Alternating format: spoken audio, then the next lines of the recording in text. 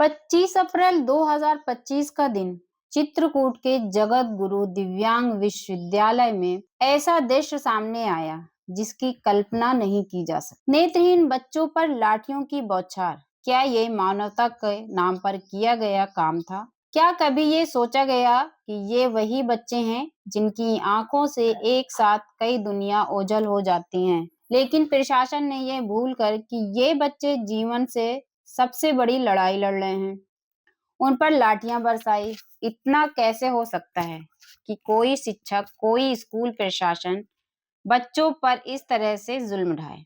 25 तारीख को प्रातः 11 बजे यहाँ पे पहले कुलपति और सारी टीचरों की मीटिंग लगाई गई अंदर विद्यालय परिषद के अंदर। और सिर्फ किसके कारण? रिजल्ट के कारण। जब मीटिंग लगाई गई और मीटिंग लगाने के बाद डायरेक्ट दरवाजा खोल के लाठी चार्ज होने लगी। और इनको डायरेक्ट लाठी किसने दिया? प्रशासनिक में कैसे डंडा आ गया डायरेक्ट? अंदर घुसते घुसते ही डंडे और लाठी कैसे चार्ज होने लगी? उसके बाद जब लाठी चार्ज होने लगी तो जो छात्र लोग थे, कम से कम 10-11 छात्र घायल हुए हैं।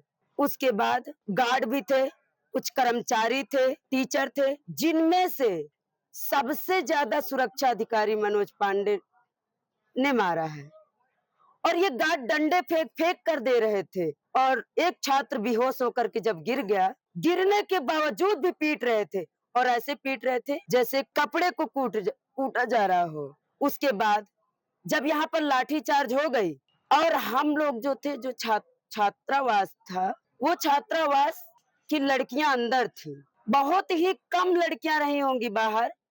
खैर, जो बच्चे छुटवाने के लिए जा रहे थे अपने भाइयों को, उनको भी पकड़ के मारे। वो कौन लोग थे जो लाठीचार्ज किए? टीचर्स थे और कुछ गार्ड वगैरह थे और वो मनोज पांडे सर थे। वो सारे लोग यहाँ पुलिस वाले नहीं थे। पुलिस नहीं थी। नहीं थे उस टाइम? पुलिस नहीं थी। पुलिस को बाद में बुलाया गया जब यहाँ का मामला बहुत गंभीर हो गया, सीरियस हो गया मैटर, तब बुलाया गया। अब फिर इसके बाद हम लोग चले गए थे। हम लोग को भगा दिया गया था अंदर। इसके बाद हम लोग चले गए थे। फिर अंदर बाहर से लगा दिया गेट, ताला लगा दिया। बहुत चिल्लाती रही ब्लाइंड लड़कियां कि खोलिए खोलिए खोलिए, लेकिन नहीं खोला। इसके बाद यहाँ का महिला केंद्र हम लोग की पेयर होती है, यहाँ पर फिर उन्होंने मतलब बोला कि खोलो, यहाँ से भी नहीं खोला, लेकिन दरवाजा तोड़ दिया गया। फिर हम लोग निकल के आए बाहर। ये कितने घंटे मारपीट चलती रही? कम से कम 3-4 घंटे में।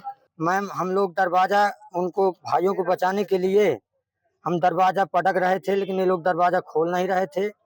फिर इन्हीं लोगों ने दरवाजा खोल के, जब सब अपने कर्मचारी थे, बीसी सर थे और मनोज पांडे थे, सुरक्षा अधिकारी हैं ये, तो इन्होंने दरवाजा वहां से खुला के लाठी चार्ज करना शुरू करवा दिया।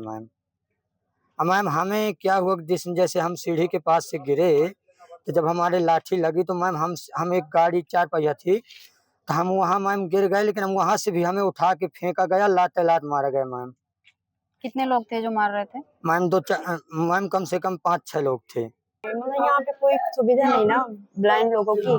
जैसे लाइब्रेरी है लेकिन उसमें ब्रेल लिपि नहीं है, तो वो कैसे पढ़ाई कर सकते हैं? और जो हम लोग जनरल बच्चे हैं, हम लोग भी पढ़ाई करते हैं, तो उनकी हेल्प मतलब ज्यादा नहीं कर सकते, थोड़ा बहुत कर सकते हैं, लेकिन खुद की भी तो पढ़ाई है।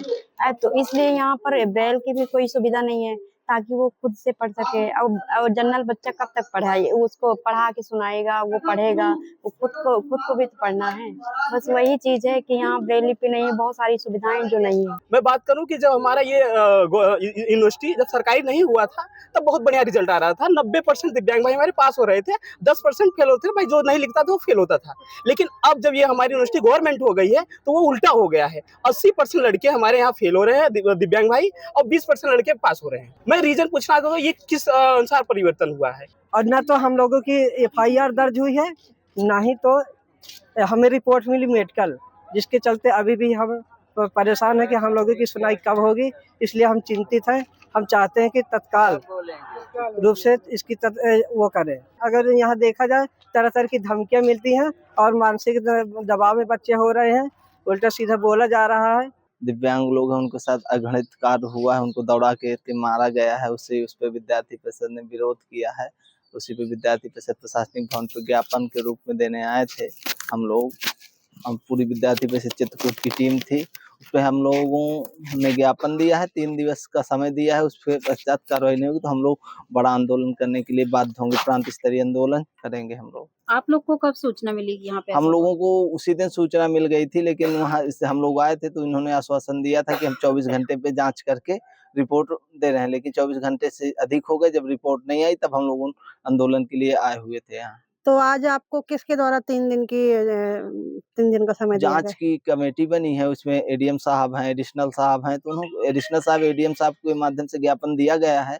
कमिश्नर साहब के नेतृत्व में टीम बनाई गई है, तो उस पे एडिशनल साहब एडीएम साहब के द्वारा आश्वासन दिया गया है कि 3 दिन के अंदर रिपोर्ट प्रेषित करी जाएगी। यदि रिपोर्ट प्रेषित, यदि हम लोगों के समकक्ष है रिपोर्ट तो ठीक है, नहीं उसके लिए हम लोग बड़े आंदोलन के लिए बाध्य होंगे। निश्चित रूप से जिन विद्यार्थियों को चोट लगी है वो निंदनीय है, ये बिल्कुल भी स्वीकार्य नहीं है। किन परिस्थितियों में ऐसा हुआ, क्या हुआ, उसके संदर्भ में जैसा कि मैंने कल भी आपके छात्रावासों में और कई जगहों 4 अधिकारियों द्वारा कमिश्नर साहब के हमें 3 दिन का समय मिला हुआ है। मैं आपको यह विश्वास दिलाना और जो आपके बिंदु हैं तो वो सारे के सारे तथ्यों का समावेश करते हुए हम पूर्ण समावेशी रिपोर्ट हम बनाएंगे।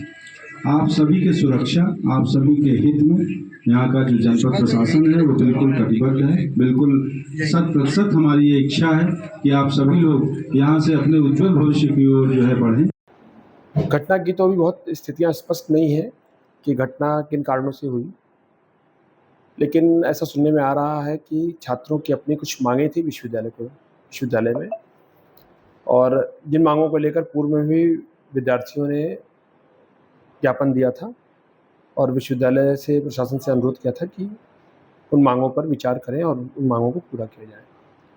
क्योंकि विश्वविद्यालय राज्य विश्वविद्यालय है और राज्य सरकार के अंतर्गत आता है, इसलिए किसी भी मांग या समस्या पर और उसको उसके समाधान में एक प्रक्रिया है जो कि सरकारी प्रक्रिया के अंतर्गत हम उसको मान सकते हैं। उस प्रक्रिया के तहत उनकी जो मांगे हैं उसको पूरा करने के लिए ही जो भी विश्वविद्यालय प्रशासन का अपना शासन स्तर पर जो संवाद था वो किया जा रहा था, लेकिन शायद छात्रों को लगा कि उनकी मांगें पूरी नहीं की जा रही है, प्रशासन द्वारा मांगों को नज़रअंदाज किया जा रहा है। अतः ऐसी स्थिति में छात्र दोबारा फिर अपनी मांगों को लेकर प्रशासनिक भवन की तरफ आए, और जैसा कि उसके बाद जो घटना सुनने में हमारे आप सबके आ रही है कि उनका छात्रों का कहना है कि उनके साथ अभद्रता हुई, तो इस संबंध में अभी कुछ स्पष्ट तो बोल पाना नहीं है, क्योंकि विश्वविद्यालय प्रशासन द्वारा और जिला प्रशासन द्वारा दोनों के निर्देश पे जांच समिति बनाई जा चुकी है। जिस तरह से छात्रों का आरोप है कि एक साजिश थी, नहीं तो इतने सारे लाठी डंडे कहाँ से आए, तो मेरा मानना है कि ये विद्या का मंदिर है। छात्र अगर ऐसे आरोप लगा रहे हैं तो ये घर है उनका, विद्या का मंदिर है, यहाँ कोई प्रायोजित कार्य किसी को पीटने के लिए तो नहीं किया जाता है। वीडियो भी तो वायरल हो रहा है। हाँ, वीडियो आया है, सामने आया है, जांच समिति इसीलिए बनाई गई, जिला प्रशासन ने भी इसको संज्ञान में लिया है, और जो भी दोषी होगा उसके खिलाफ पहले ही स्पष्ट है कि जांच के बाद कार्रवाई होगी, लेकिन न्याय की अपनी एक प्रक्रिया है। विद्यार्थियों का कहना है कि अभी तत्काल जो दिख रहे हैं उन पर कार्रवाई की जाए। दिख रहे हैं लोग, क्योंकि अब आप जा रहे हैं, एआई का ज़माना है, एआई टूल्स का उपयोग कर कर कोई कुछ भी बना सकता है, तो इसलिए मैं ये नहीं कहता कि जो चीज़ें उसमें दिख रही हैं वो सत्य है कि असत्य है, लेकिन मैं इसको ये जरूर मानता हूँ कि जांच बनी है, पूरा एक समिति बनाई गई है, अध्यक्ष तमाम सदस्य बनाए गए हैं, जिला प्रशासन ने भी जांच के लिए समिति बनाई हुई है, विश्वविद्यालय भी अपने स्तर से काम कर रहा है, कानून के हिसाब से जो उचित होगा वो उसे दंड दिया जाएगा। उस दिन सर आप कहाँ थे जिस दिन ये घटना हुई? जिस समय ये घटना घटी उस समय तो हम लोग अपनी एकेडमिक बिल्डिंग में थे, और जहाँ तक आरोप, जब आपने प्रश्न पूछा कि जहाँ तक आरोप ये है कि उनके नंबर कम आए हैं, तो ऐसा मेरा ऐसा मानना है कि शिक्षक और विद्यार्थी के बीच जो एक रिश्ता है वो एक गुरु और शिष्य का है, उसमें किसी को कोई पास या फेल करने का कोई रिश्ता नहीं है। विद्यार्थी परीक्षा देते हैं और गुरु साल भर ज्ञान देता है और उसका अंत में मूल्यांकन होता है। तो मुझे लगता है कि कहीं ना कहीं अगर छात्रों का ये शिकायत है कि उन्हें नंबर कम मिले हैं, तो इस पर भी कुलपति जी ने संज्ञान ले लिया है इस विषय पर, और उनका जो है उनकी कॉपियों का पुनर्मूल्यांकन कराने की भी बात हो रही है।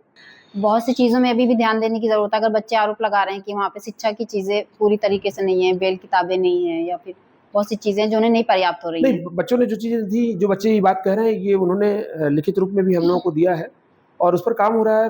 किताबों को लेकर पूरी लिस्टिंग बनाई गई है, कितनी किताबें आनी है, क्या है, सब चीज़ों पर धीरे धीरे काम हो रहा है। हाँ, हमारी मांगे हैं ये जो गवर्नमेंटेड विश्वविद्यालय है, हमें यहाँ किसी को नहीं रखना है, चाहे वो वार्डन हो, चाहे वो असिस्टेंट हो, चाहे वो कर्मचारी हो, चाहे वो टीचर्स हो, कोई भी हो। हमें विश्वविद्यालय में न्यू प्रशासन चाहिए, न्यू। हमें पुराना प्रशासन चाहिए ही नहीं। इसके बाद 28 अप्रैल को जिला प्रशासन ने एक कदम आगे बढ़ाया और बच्चों से मिलकर उन्हें आश्वासन दिया कि जांच की जाएगी, 3 दिनों में रिपोर्ट आएगी। लेकिन ये पूछने का समय है, क्या इस घटना में शिक्षा प्रणाली की मानवता बच पाई? किसी भी बच्चे के साथ ऐसा व्यवहार क्यों? क्या यह सिर्फ सर्टिफिकेट की मांग करने का परिणाम था? खबर लहरिया, आपकी खबर, आपकी भाषा।